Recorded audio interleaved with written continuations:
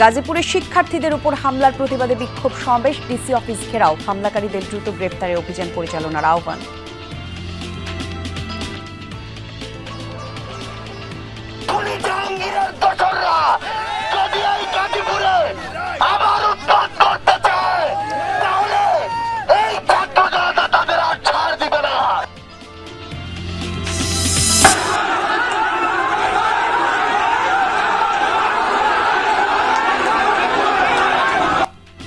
প্রস্তুতি সভা ঘিরে সিরাজগঞ্জে বিএনপির দুপক্ষের তুমুল সংঘর্ষ, সাতক্ষীরায় কমিটি নিয়ে বাড়ছে দ্বন্দ্ব সংঘাত।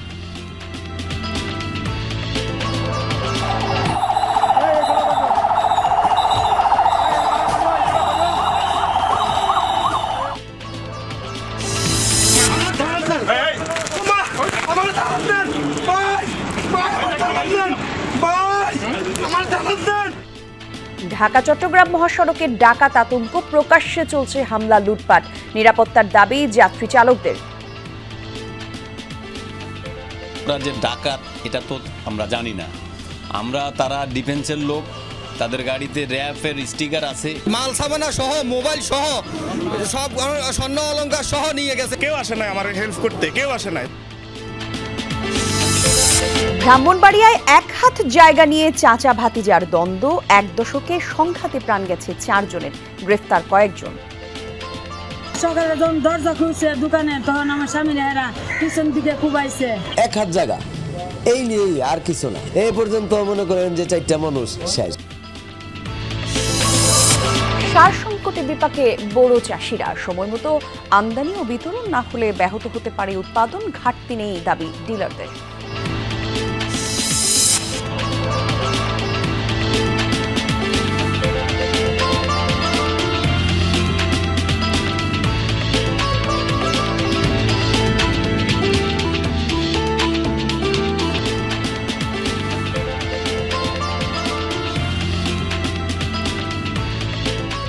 বিরতিহীন সংবাদ সারা দেশে আমন্ত্রণ আপনাদের সবাইকে। দর্শক, শুরুতেই সংবাদের শিরোনামগুলি দেখছিলেন, বিস্তারিত জানাতে সাথে থাকছি জান্নাতুল কুলি। গাজীপুরে ছাত্র জনতার উপর হামলাকারীদের গ্রেফতার না করা পর্যন্ত রাজপথেই থাকবে শিক্ষার্থীরা। গর্ত থেকে বের হয়ে যে সকল সন্ত্রাসীরা উকি দিচ্ছে তাদের দ্রুত গ্রেফতারের আহ্বান জানিয়েছে জাতীয় নাগরিক কমিটির মুখ্য সংগঠক সার্জিস আলম। বলেন, ধৈর্যের বাঁধ ভাঙলে আবারও 5 আগস্টের মতো বিপ্লব সংঘটিত হবে।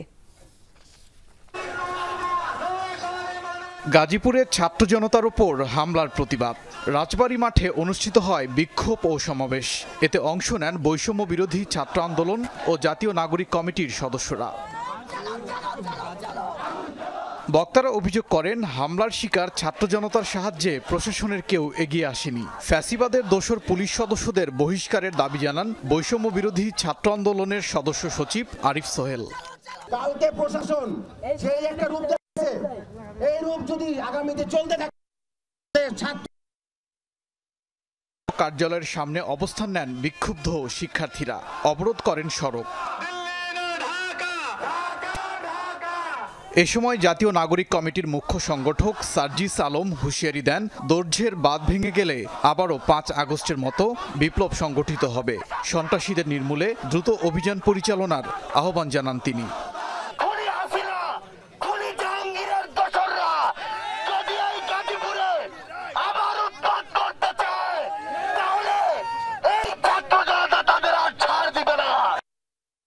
এর আগে শুক্রবার রাতে ধীরাশ্রম এলাকায় সাবেক মুক্তিযুদ্ধ বিষয়ক মন্ত্রী আকম মোজাম্মেল হকের বাড়িতে ভাঙচুর চালায় বিক্ষুব্ধ ছাত্র জনতা।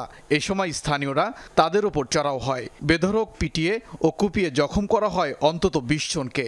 এরই মধ্যে বেশ কয়েকজনকে আটক করেছে আইন শৃঙ্খলা বাহিনী। ওবায়দুর রহমান, যমুনা নিউজ। আমাদের সহকর্মী ফয়সাল মাহমুদ এই ঘটনার সরাসরি খোঁজ খবর রাখছেন সকাল থেকে। আরও একবার তার কাছে যাচ্ছি। ফয়সাল, আন্দোলনে কেন্দ্রীয় নেতারা কি বলছেন জানাবেন, একই সাথে নতুন করে কোনো তথ্য যদি এই ঘটনার ব্যাপারে থাকে আমাদের একটু দিয়ে দেবেন। কলি, নতুন করে তথ্য যদি বলি সেটি হচ্ছে কেন্দ্রীয় যে সকল সমন্বয়ক বা আহ্বায়করা ছিলেন জাতীয় কমিটির বৈষম্য বিরোধী ছাত্র আন্দোলনের, তারা আসলে শেষ পর্যায়ে আন্দোলনের তারা যে জেলা প্রশাসকের সামনে যে তারা অবস্থান নিয়েছিলেন সেই আন্দোলনের শেষ পর্যায়ে কিন্তু গাজীপুরের পুলিশ সুপার তিনি সরাসরি তাদের যে আন্দোলনের অবস্থান কর্মসূচি যেখানে চলছিল সেখানে আসেন এবং এক পর্যায়ে তিনি সবাইকে আশ্বস্ত করেন যে সকল অপরাধীরা এই ঘটনার সাথে জড়িত ছিল বা যারা পরিকল্পিতভাবে ছাত্র জনতার উপর হামলা করেছে সেই সকল অপরাধীদের কালকে আগামী রাতের মধ্যেই তারা ধরার সর্বোচ্চ চেষ্টা করবেন। সেই সাথে কিন্তু তিনি ঘোষণা দিয়েছেন একই সময়ে যে সেই ঘটনা চলাকালীন পুলিশের যে ওসিকে বারবার ফোন দেওয়ার পরেও ছাত্র জনতা তিনি সেভাবে রেসপন্স করেননি, সেই ওসিকে তিনি তাৎক্ষণিকভাবে সাসপেন্ড করার ঘোষণা দিয়েছেন। এছাড়া তিনি বলেছেন যেই সকল পুলিশ কর্মকর্তারা সেই ঘটনায় তাদের কোনো রেসপন্স পাওয়া যায়নি সেই সকল পুলিশ কর্মকর্তাদের বিরুদ্ধেও ব্যবস্থা নেবেন এবং তিনি তাৎক্ষণিক তাদেরকে যে সকল অপরাধীরা রয়েছেন গাজীপুরের ফ্যাসিস্ট যে আওয়ামী লীগের যে সকল ক্যাডার রয়েছেন যারা জুলাই আন্দোলনে গুলি চালিয়েছেন তাদেরকেও ধরার ঘটনা কথা বলেছেন। এ বিষয়ে শারজিস আলমও বলেছেন, তারা বলছেন যে যেহেতু নতুন করে অপারেশন ডেভিল হান্ট শুরু হয়েছে সেই বিষয়টিকে তারা পর্যবেক্ষণে রেখে আজকের মতো তারা কর্মসূচি প্রত্যাহার করেছেন। তারা বলছেন যে আগামী দিনের মধ্যেই যদি এই অপরাধীদেরকে ধরা না হয় তাহলে তারা পরবর্তীতে তাদের নতুন করে কর্মসূচি এবং রাজপথে নামারও ঘোষণা দিয়েছেন। কলি, এই ছিল এখান থেকে। ধন্যবাদ আপনাকে ফয়সাল। সব বিষয়ে সংস্কার করা অন্তর্বর্তী সরকারের পক্ষে সম্ভব নয়, কিছু বিষয়ে সবাইকে ঐক্যমত্যে পৌঁছাতে হবে বলে মন্তব্য করেছেন শ্বেতপত্র প্রণয়ন কমিটির সদস্য অধ্যাপক ডক্টর AK এনামুল হক। দুপুরে সিলেট প্রেস ক্লাবে নাগরিক সংলাপে প্রধান অতিথির বক্তব্যে সব কথা জানান তিনি। এনামুল হক বলেন, সংবিধান সংস্কারে সংসদ লাগবে, তবে বিচার বিভাগ, নির্বাচন এবং পুলিশ সংস্কারে দরকার সবার ঐক্যমত। 6 মাসে 150টির বেশি আন্দোলন হয়েছে উল্লেখ করে ডক্টর এনামুল হক বলেন, সবাই নিজের প্রাপ্তি নিয়ে এখন বেশি ব্যস্ত, এভাবে বেশি দূর যাওয়া সম্ভব নয় বলে মন্তব্য করেন তিনি। নির্বাচন এটা স্বাভাবিকভাবে, কিন্তু তার সাথে বিচার বিভাগ, পুলিশ বিভাগ এই দুটোতেও মিনিমাম ঐক্যমত্য থাকা উচিত, কনস্টিটিউশনও মিনিমাম ঐক্যমত্য থাকা উচিত। তবে এটা এরা করতে পারবে না, কারণ নতুন পার্লামেন্ট এসে করতে হবে। সিরাজগঞ্জের শাহজাদপুরে সংঘর্ষে জড়িয়েছে বিএনপির দুটি পক্ষ। উপজেলায় বিএনপির সম্মেলনের প্রস্তুতি সভাকে ঘিরে সংঘাতে জড়ায় ডক্টর MA মুহিত এবং গোলাম সারোয়ারের কর্মী সমর্থকরা। চলে ধাওয়া পাল্টা ধাওয়া, আহত হয় অন্তত 21 জন। আর এই খবর পেয়ে পরিস্থিতি নিয়ন্ত্রণে আনে পুলিশ। সিরাজগঞ্জ শাহজাদপুরবাসীর দিনটাই কাটে তুমুল সংঘর্ষের মধ্য দিয়ে। বিএনপির দুপক্ষের মারামারি আর ধাওয়া পাল্টা ধাওয়ায় উত্তপ্ত হয়ে ওঠে পৌর এলাকা। জানা যায় সংঘাতের সূত্রপাত বিএনপির সম্মেলনের প্রস্তুতি সভা ঘিরে। কবে নাগাদ শাহজাদপুরে সম্মেলন অনুষ্ঠিত হবে সেই বিষয়ে আলোচনার জন্য সভার ডাক দেয় উপজেলা বিএনপির আহ্বায়ক ডক্টর MA মুহিত। উপজেলা কমিটির সদস্য গোলাম সারোয়ারের অভিযোগ, সভায় তার সমর্থকরা অংশ নিতে গেলে বাধা দেয় মুহিতের লোকজন। এতে হাতাহাতি থেকে সংঘর্ষে জড়ায় দুপক্ষ, চলে ধাওয়া পাল্টা ধাওয়া।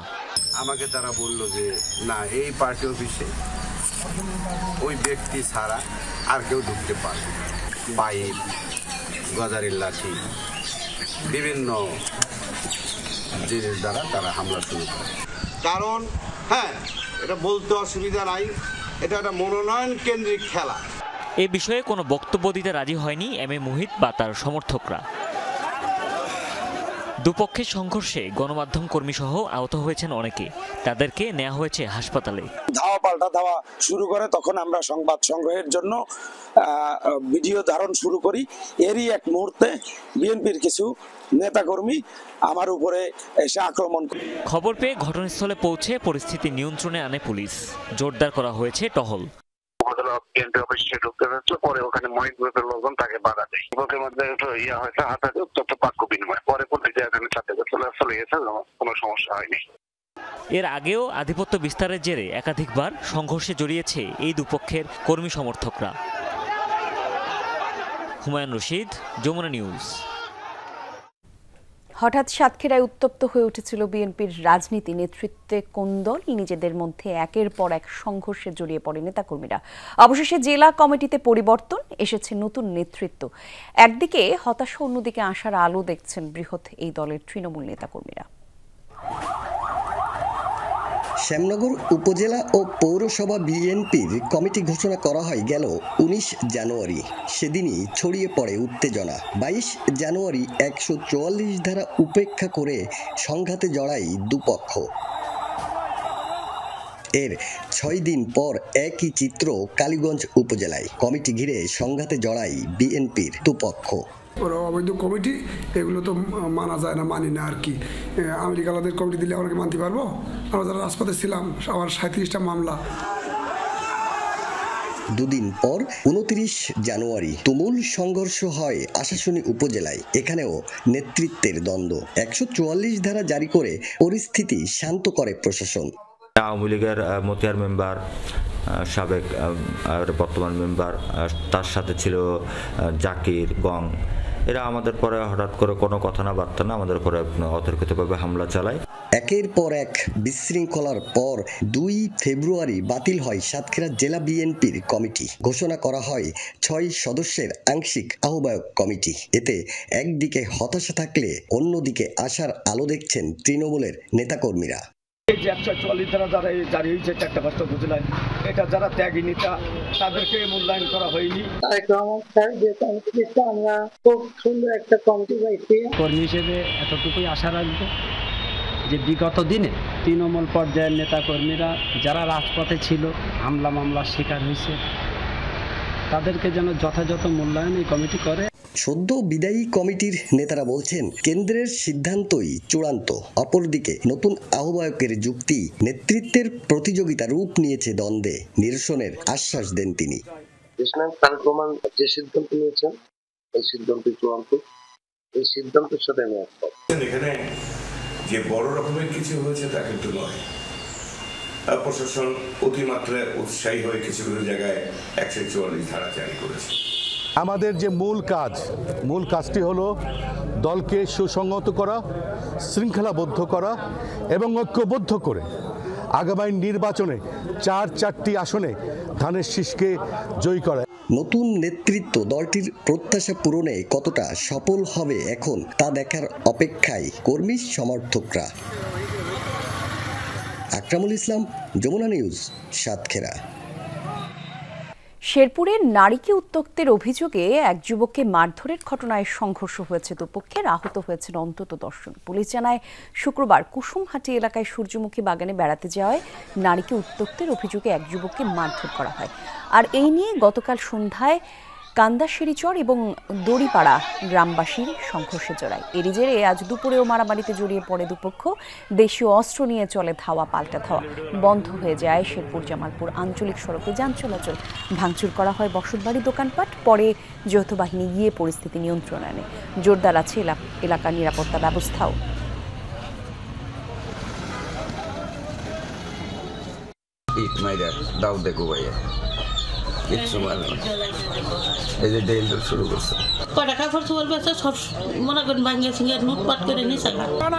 এরকম হলো বিশৃঙ্খলা চলতে পারে না।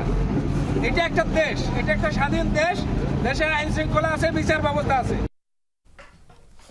কুষ্টিয়ায় ইসলামী বিশ্ববিদ্যালয়ে থানা হস্তান্তর সিদ্ধান্তের প্রতিবাদে সড়ককে বিক্ষোভ করেছে শিক্ষার্থী সহ এলাকাবাসী। সকালে বিশ্ববিদ্যালয়ের সামনে কুষ্টিয়া খুলনা মহাসড়ক অবরোধ করেন তারা। টায়ারে আগুন জ্বালিয়ে চলে বিক্ষোভ। এতে বন্ধ হয়ে যায় যানবাহন চলাচল। দেখা দেয় কয়েক কিলোমিটার যানজট। আন্দোলনকারীরা জানান 16 কিলোমিটার দূরে ঝাউদিয়া এলাকায় থানা সরানোর সিদ্ধান্ত হয়েছে। এতে করে পুলিশি সেবা থেকে বঞ্চিত হবেন তারা। আর 3 ঘন্টা পর প্রশাসনের আশ্বাস পেয়ে 2 দিনের আলটিমেটাম দিয়ে সরে যান আন্দোলনরতরা।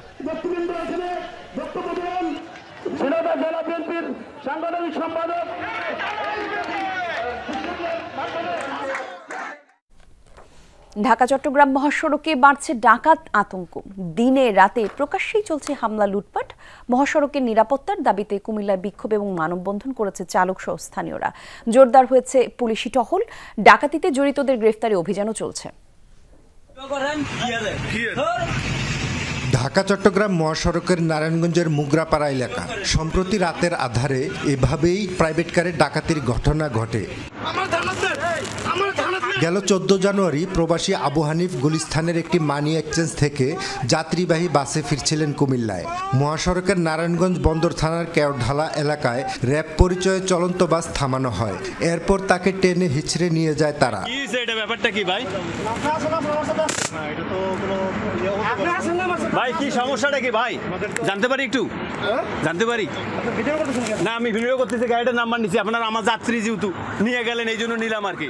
এ ঘটনায় বন্দর থানায় মামলা করেন ভুক্তভোগী। পরে র্যাবের অভিযানে গ্রেপ্তার হয় একজন। জানা যায় তারা সংঘবদ্ধ ডাকাত দলের সদস্য। ওরা যে ডাকাত এটা তো আমরা জানি না, আমরা তারা ডিফেন্সের লোক, তাদের গাড়িতে র্যাফের স্টিকার আছে এবং তাদের শরীরে র্যাফের পোশাক পরা আছে। পিছে এক যাত্রীকে জিজ্ঞাসা করতেছে আপনারা কোথা থেকে আসছেন, তো উনি বললো যে আমি বিদেশ থেকে আসছি। শুধু এতটুকু কথা বলার কারণেই সঙ্গে সঙ্গে হ্যান্ডকাপ লাগে ফেল। আমি বললাম যে আপনাদের কার্ড দেখান, আমার অপরাধকে, আমি বিদেশ থেকে আসছি, আমার সাথে পাসপোর্ট আছে, আমার সাথে টাকা আছে। তখন আমি বুঝতে পারলাম যে ওরা র্যাব না, ওরা ডাকাত, কারণ আমার তো র্যাবের সাথে কোনো সম্পর্কই নেই। হাইওয়ে পুলিশের তথ্য বলছে গত 5 আগস্টের পর ঢাকা চট্টগ্রাম মহাসড়কের বিভিন্ন স্থানে 14টির বেশি ডাকাতির ঘটনা ঘটেছে। মালামাল লুটের পাশাপাশি হামলার শিকার হচ্ছেন যাত্রী আর চালকরা। এতে বাড়ছে আতঙ্ক। মেঘনা ব্রিজের থেকে শুরু করে দাউদকান্দি পর্যন্ত এই জায়গাটুকুর ভিতরে আমরা বিশেষ করে নিরাপদ না। যাত্রীর মাল সামানা সহ, মোবাইল সহ, সব স্বর্ণ অলংকার সহ নিয়ে গেছে। কেউ আসে নাই আমার হেল্প করতে, কেউ আসে নাই। তখন আমি পাশে থানাত গেছি, পুলিশের কাছে গেছি, পুলিশে করতেছে, আমাদের করার কিছু নাই। পুলিশের দাবি মহাসড়কে টহল বাড়ানো হয়েছে। এরই মধ্যে ডাকাতিতে জড়িত কয়েকজনকে আটকও করা হয়েছে। ভিডিওতে দেখা যাচ্ছে এরকম একজন অভিযুক্ত সহ 4 জন আটক আছে, একজন স্বীকারোক্তিমূলক জবানবন্দি দিয়েছে। সংশ্লিষ্ট জেলা পুলিশ সুপারদের সাথে মিটিং করে আমরা এই সিদ্ধান্তে উপনীত হয়েছি যে আমাদের মহাসড়কের যে সমস্ত থানা আছে এই থানাগুলো তারা নিরবিচ্ছিন্নভাবে ডিউটি করবে, দিন এবং রাত তারা থাকবে। সম্প্রতি মহাসড়কে নিরাপত্তার দাবিতে কুমিল্লার ইলিয়টগঞ্জে মানববন্ধন ও বিক্ষোভ করেছে স্থানীয়রা। খোকন চৌধুরী, যমুনা নিউজ, কুমিল্লা। কুষ্টিয়ার দৌলতপুরে বিবস্ত্র অবস্থায় এক নারীর ঝুলন্ত মরদেহ উদ্ধার করেছে পুলিশ। সকালে উপজেলার গৈরির মাঠ নামক স্থানের জিনা মেম্বারের পুকুর পাড়ের একটি বড়ই গাছ থেকে মরদেহটি উদ্ধার করা হয়। স্বজনরা জানায় নিহত ওই নারী বাক প্রতিবন্ধী। সংসারের কাজকর্ম শেষে সন্ধ্যার পরে হাঁটাহাঁটির জন্য বের হন তিনি, পরে আর বাড়ি ফিরেননি। সকালে এলাকার কৃষক ঝুলন্ত অবস্থায় মরদেহটি দেখতে পেয়ে পুলিশে খবর দেয়। ধর্ষণের পর হত্যা করা হয়েছে বলে অভিযোগ পরিবারের। লিখিত অভিযোগের ভিত্তিতে ব্যবস্থা নেওয়ার কথা জানিয়েছে পুলিশ।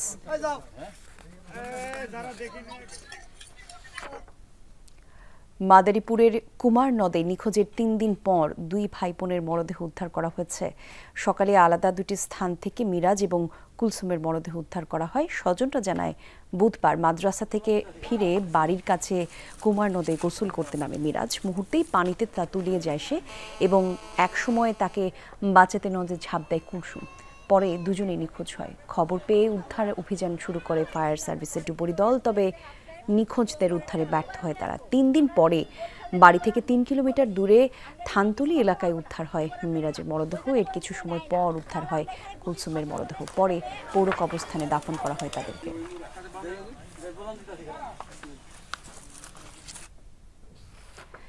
বিরোধের শুরু বাড়ির উঠানের মাত্র 1 হাত জায়গা নিয়ে, আর সেই থেকে পরস্পরের চক্ষুশূল 2 শরিক। ধীরে ধীরে অন্যান্য সম্পত্তি নিয়ে বাড়তে থাকে দ্বন্দ্ব। এরই জেরে 1 দশকে দুপক্ষের সংঘাতে প্রাণ গেছে অন্তত 4 জনের। সবশেষ গেল মঙ্গলবার পাল্টাপাল্টি হামলায় মারা যান 2 জন। ঘটনা ব্রাহ্মণবাড়িয়ার সরাইলি। ডাবল মার্ডারের পর পলাতক দুপক্ষের লোকজন। তুচ্ছ ঘটনা নিয়েও তুলকালামের জন্য পরিচিত ব্রাহ্মণবাড়িয়া। পান থেকে চুন খসলেই রণসাজে হাজির হয়ে সংঘর্ষে জড়ানো যেন রীতি হয়ে দাঁড়িয়েছে। তাণ্ডব চলে বাড়িঘরেও। সরাইলের বিশুতারা গ্রামে চাচা ভাতিজার বিরোধের জেরে সম্প্রতি পাল্টাপাল্টি হামলায় মারা গেছেন 2 জন। এ নিয়ে 10 বছরে দুপক্ষের সংঘাতের বলি 4 জন। অথচ দীর্ঘদিনের এই বিরোধের সূত্রপাত মাত্র 1 হাত জায়গা নিয়ে। স্থানীয়রা জানায় গ্রামের প্রয়াত উমর আলী বেশ সম্পদশালী ছিলেন। তার প্রথম স্ত্রীর ঘরের নাতি ইনসান মিয়া ও দ্বিতীয় স্ত্রীর ঘরের সন্তান আজাদ মিয়ার মধ্যে ১ দশক আগে বাড়ির উঠানে রান্নাঘর নির্মাণ নিয়ে দেখা দেয় বিরোধ। ধীরে ধীরে বাড়তে থাকে দ্বন্দ্ব। দুই শরিকের সংঘাতে আজাদ মিয়া সহ এ পর্যন্ত মারা গেছেন ৪ জন। মামলা নিয়ে দুপক্ষের লোকজনই পালিয়ে বেড়াচ্ছেন বছরের পর বছর। তবু কেউ কাউকে এক চুলো ছাড় দিতে নারাজ। আজাদ মিয়া আর ইনসান মিয়া অনেকদিন ধরেই জায়গা সম্পদ নিয়ে দ্বন্দ্ব। সকালে যখন দরজা খুলছে দোকানে তখন আমার স্বামী হেরা পিছন দিকে কুবাইছে, কুবাই আমার স্বামীরে মারছে। ৪-৫ জনে মিল্লা সেরা আমার আব্বার আটক করছে, কইরা সেরা নাবিন নিচে খাই মারছে। মনে করছে আমার আবু যাইব জঙ্গলের মধ্যে এই লেগা। এলাকাবাসী বলছেন বিরোধ নিষ্পত্তির জন্য বারবার চেষ্টা করেও ব্যর্থ হয়েছেন তারা। চাচার বাতিজা ধরতে গেলে তো সন্তান হই, এটা তো বাপ পুত্রের বিষয়, এক হাত জায়গা এই নিয়েই আর কিছু না। এই পর্যন্ত মনে করেন যে 4টা মানুষ শেষ। সমাজের লোকেরা গেছে তারা পাত্তা দিয়েছে না, মানতেছে না। তারা তো নাম মানে তাতে কারো কিছু করা থাকে না। আপনাদের গ্রামে যে এই ঘটনা ঘটতেছে আপনারা কিরম হয়, তা আসলে তো এই সময় লজ্জাবোধায়। হত্যাকাণ্ডে জড়িতদের ধরতে অভিযান চলছে বলে জানিয়েছে পুলিশ। আসলে এটা পারিবারিক বিষয়, একেবারে ফৌজদারি যে অপরাধ হয়েছে সেটা আমাদের পুলিশের পক্ষ থেকে আমরা যথাযথ আইনগত ব্যবস্থা গ্রহণ করব। গেল মঙ্গলবারের পাল্টাপাল্টি হামলা ও 2 জন নিহতের ঘটনায় দুপক্ষই থানায় লিখিত অভিযোগ দিয়েছে। গ্রেফতার করা হয়েছে বেশ কয়েকজনকে। জাহিদ হাসান, যমুনা নিউজ। অনুষ্ঠিত হলো রাজশাহী প্রকৌশল এবং প্রযুক্তি বিশ্ববিদ্যালয়ের স্নাতক 2024-25 শিক্ষাবর্ষে ভর্তির প্রাক নির্বাচনী পরীক্ষা। সকাল থেকে রুয়েট ক্যাম্পাসে 3 শিফটে হয় ভর্তি পরীক্ষা। এবার 1235টি আসনের বিপরীতে 19,915 জন ভর্তিচ্ছু অংশ নেন। প্রথম শিফটে পরীক্ষার হল পরিদর্শন করেন বিশ্ববিদ্যালয়ের উপাচার্য অধ্যাপক ডক্টর SM আব্দুর রাজ্জাক। তিনি জানান, ভর্তি পরীক্ষা সুষ্ঠুভাবে সম্পন্ন হয়েছে। প্রাক নির্বাচনী শেষে লিখিত পরীক্ষায় অংশগ্রহণের জন্য যোগ্য প্রার্থীদের তালিকা প্রকাশ করা হবে 13 ফেব্রুয়ারি। 20 ফেব্রুয়ারি অনুষ্ঠিত হবে লিখিত পরীক্ষা। এক্সামের পরিবেশ অনেক সুন্দর ছিল, টিচাররা অনেক ফ্রেন্ডলি ছিল অ্যান্ড ইনস্ট্রাকশনসগুলো আমাদেরকে অনেক ভালোভাবে বুঝিয়ে দেওয়া হয়েছে। কোশ্চেন স্ট্যান্ডার্ড যেমন হয় বিগত বছরের কোশ্চেনের সাথে তাল মিলিয়ে প্রশ্ন হয়েছে। আজকে 3টা শিফটে এই পরীক্ষা অনুষ্ঠিত হবে। সকাল 9টার প্রথম শিফটের পরীক্ষা শুরু হয়ে গেছে, এটা 10টা পর্যন্ত চলবে। দ্বিতীয় শিফট দুপুর 12টা থেকে 1টা পর্যন্ত এবং তৃতীয় শিফট বিকেল 3টা থেকে 4টা পর্যন্ত অনুষ্ঠিত হবে। দেশীয় কাঠের তৈরি অবৈধ ট্রলার বন্ধের দাবিতে বরগুনায় পাথরঘাটে বিক্ষোভ মিছিল এবং মানববন্ধন করেছে মৎস্যজীবীরা। সকালে মৎস্য অবতরণ কেন্দ্রে BFTC ঘাট থেকে বিক্ষোভ মিছিল শেষে পাথরঘাটায় গোল চত্বরের সামনে সমাবেশ করেন তারা। সাধারণ জেলে, ট্রলার মালিক, ঘাট শ্রমিক, পাইকার সহ বেশ কয়েকটি সংগঠনের প্রায় 2000 মানুষ এই কর্মসূচিতে অংশ নেয়। বক্তারা বলেন, অবৈধ নৌযানে উপকূলের কাছাকাছি থেকে সমুদ্রে মাছ শিকার করায় নদ নদী এবং সমুদ্র মাছ শূন্য হয়ে যাচ্ছে। আর সাধারণ জেলেদের জালে ধরা পড়ছে না মাছ। ট্রলিং এবং অবৈধ জালে মারা পড়ছে ইলিশ সহ বিভিন্ন প্রজাতির পোনা।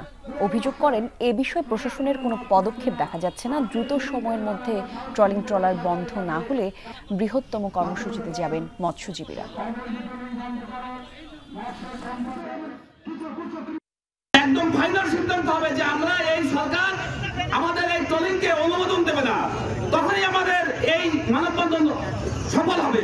এই মাছ এইভাবে যদি ধ্বংস করে তাহলে ভবিষ্যতে আমাদের নাতিপুতিদের মাছ দেখান যাবে না, মাছের ছবি একে দেখান লাগবে। যদি আপনারা সেইটা সহজ উত্তর না নেন তাহলে এই সাধারণ জেলেরা কিন্তু থেমে থাকবে না।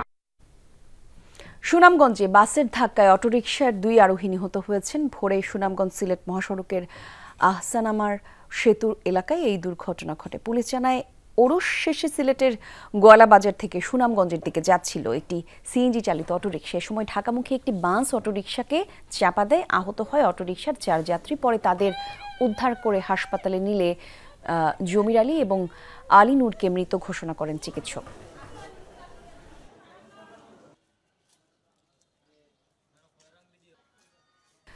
গাজীপুরের কালিয়াকৈরে জমকালো আয়োজনের মধ্য দিয়ে অনুষ্ঠিত হলো যমুনা ইলেকট্রনিক্স অ্যান্ড অটোমোবাইলসের বার্ষিক ফ্যাক্টরি ডে। কালিয়াকৈরে দিনব্যাপী আয়োজনে ছিল সাংস্কৃতিক পরিবেশনা এবং সেরা কর্মীদের পুরস্কার দেওয়া হয়েছিল। এই অনুষ্ঠানে 7টি ক্যাটাগরিতে 153 জন সেরা পারফর্মারকে সম্মাননা দেওয়া হয়। বক্তারা বলেন, যমুনার সাফল্যের পেছনে রয়েছে কর্মীদের কঠোর পরিশ্রম। বার্ষিক ফ্যাক্টরি ডেতে কর্মীদের অনুপ্রাণিত করবে বলেও জানান তারা, এবং প্রায় 1000 কর্মীর অংশগ্রহণে আনন্দমুখর পরিবেশে পরিণত হয় আজকের এই দিনটি। এ সময় বিজনেস শাখার প্রধান মোহাম্মদ সাজ্জুদুল ইসলাম, প্রধান প্রকৌশলী মোহাম্মদ আফসার উদ্দিন সহ অন্যান্য কর্মকর্তারা উপস্থিত ছিলেন। হিমাগারে প্রতি কেজি আলুর ভাড়া 8 টাকা নির্ধারণের ঘোষণা দিয়েছে বাংলাদেশ কোল্ড স্টোরেজ অ্যাসোসিয়েশন। গেল মৌসুমের চেয়ে ভাড়া কেজিতে 1 টাকা বাড়ানো হলো। সকালে সংবাদ সম্মেলনে এই তথ্য জানায় সমিতির সভাপতি মোস্তফা আজাদ চৌধুরী বাবু। মূল্য সংযোজন কর এবং উৎসে কর ডিডিএস প্রত্যাহারের দাবি জানান তিনি। দাবি করেন, বর্ধিত সুদের হার, অযৌক্তিক হারে বিদ্যুৎ বিল, বাড়তি করের চাপে কোল্ড স্টোরেজে শিল্প সংকট পড়েছে। আর এই পরিস্থিতিতে পিক এবং অফ পিকে আওয়ারের প্রতি ইউনিট বিদ্যুৎ বিল 5 টাকা নির্ধারণের তাগিদ দেন। বর্তমানে পিক আওয়ারে ইউনিট প্রাতঃবিল হচ্ছে 13 টাকা এবং 62 পয়সা। একই সাথে অফ পিকের আওয়ারের বিল হচ্ছে 9 টাকা 62 পয়সা। ব্যাংক ঋণের সুদ হার 17 ভাগ থেকে কমিয়ে 7 ভাগ নির্ধারণের দাবি জানায় সমিতি নেতারা। বলেন, ত্রৈমাসিক ঋণের কিস্তির পরিবর্তনে বাৎসরিক কিস্তি পরিশোধের সুযোগ দেওয়ার প্রয়োজন। ব্যাংকের কিস্তি সুদের হার আমাদের 17 থেকে 7 করে দিক। আমি কালকে আমরা কেজি প্রতি অনেক টাকা কমে আসবে, আমাদের নেওয়ার কোনো কারণ নেই। মূল খরচ হলো আমাদের ব্যাংকের। আর ইলেকট্রিসিটি বিল 1 টাকা 10 পয়সা প্রতি কেজি আসে। বড় মৌসুমে আবাদ নিয়ে দুশ্চিন্তায় সারা দেশের চাষিরা। দাবি, পর্যাপ্ত সার মিলছে না, যা আছে তার দামও আবার বেশি। যদিও ডিলারদের দাবি সংকট নেই সারের। কৃষি কর্মকর্তারা আবার বলছেন, সময় মতো আমদানি বিতরণ না হলে প্রভাব পড়তে পারে। ডিসেম্বর থেকে মার্চ এই 4 মাস দেশে সারের চাহিদা থাকে সবচেয়ে বেশি, অথচ এই সময়ে দেখা দিয়েছে সংকট, দামও বেশ বাড়তি। এতে বড় মৌসুম ঘিরে দুশ্চিন্তায় সারা দেশের চাষিরা। গতবার ইউরিয়ার দাম অনেক বেশি, টিএসপির দাম বেশি। এক বস্তা টিএসপি 2100-2200 টাকায় আলুর সময় পেলাম না। বাংলাদেশ টিএসপিগুলো আলুর সময় সংকট ছিল, সার ঠিক মতো পাচ্ছিলাম না, টিউনিশিয়া সার পাচ্ছিলাম না, যেগুলো ভালো ভালো সার সেগুলো পাচ্ছিলাম না ওই সময়। যদিও ডিলারদের ভাষ্য ঠিক তার উল্টো, দাবি সংকট নেই সারের। আমাদের এখন বর্তমানে কোনো সংকট নাই সারের, মানে আলুর সিজনে একটু সংকট দেখা দিয়েছিল, তা অন্যান্য সার না। আমার ডিএপিটা একটু আলুর সিজনে যখন ফুল সিজন ছিল তখনই ছিল, এখন কোনো সংকট নাই বর্তমানে। যদি সার না পায় তাহলে যে পরিমাণে আলু লাগানো হয়েছে এবার মাঠে, তাহলে এই আলুগুলো কীভাবে লাগাইলো মানুষ? সারবিহীন কি লাগাইছে মাটিতে? তা তো লাগাই নাই, সার দিয়ে লাগাইছে। দাম হয়তো বা কোথাও কেউ কম বেশি করতে পারে। যমুনার অনুসন্ধানে বেরিয়ে এলো বাস্তব চিত্র। দেখা গেল আমদানির মূল্য পরিশোধে ব্যর্থ হওয়ায় বেশ কয়েকটি বিদেশি প্রতিষ্ঠান সার সরবরাহ করেনি বলে অর্থ মন্ত্রণালয়কে জানিয়েছে কৃষি মন্ত্রণালয়। মাঠ পর্যায়ের কৃষি কর্মকর্তারা বলছেন, আমদানি, বিতরণ ও মজুদ পরিস্থিতি নাজুক হলে তার প্রভাব পড়বে উৎপাদনে। ডিলারদের সাথে প্রতিনিয়তই মিটিং করা হচ্ছে এবং সেই মিটিং অনুযায়ী সেখানে তাদেরকে সেই নির্দেশনা পরামর্শ দেওয়া হচ্ছে এবং সার উত্তোলন কার্যক্রম আমাদের চলমান আছে। কাজে শঙ্কা প্রকাশ করার কোনো সম্ভাবনা নাই। এ বিষয়ে জানতে কৃষি সচিব এমদাদুল্লাহ মিয়ানের সঙ্গে যোগাযোগ করা হলেও জবাব দেননি তিনি। দেশে মোট রাসায়নিক সারের 70%-এরও বেশি ব্যবহৃত হয় শুধু বোরো ও রবি মৌসুমে। সাবরিনা লিজা, যমুনা নিউজ। দর্শক, এই ছিল সংবাদ সাদেশের আয়োজনে।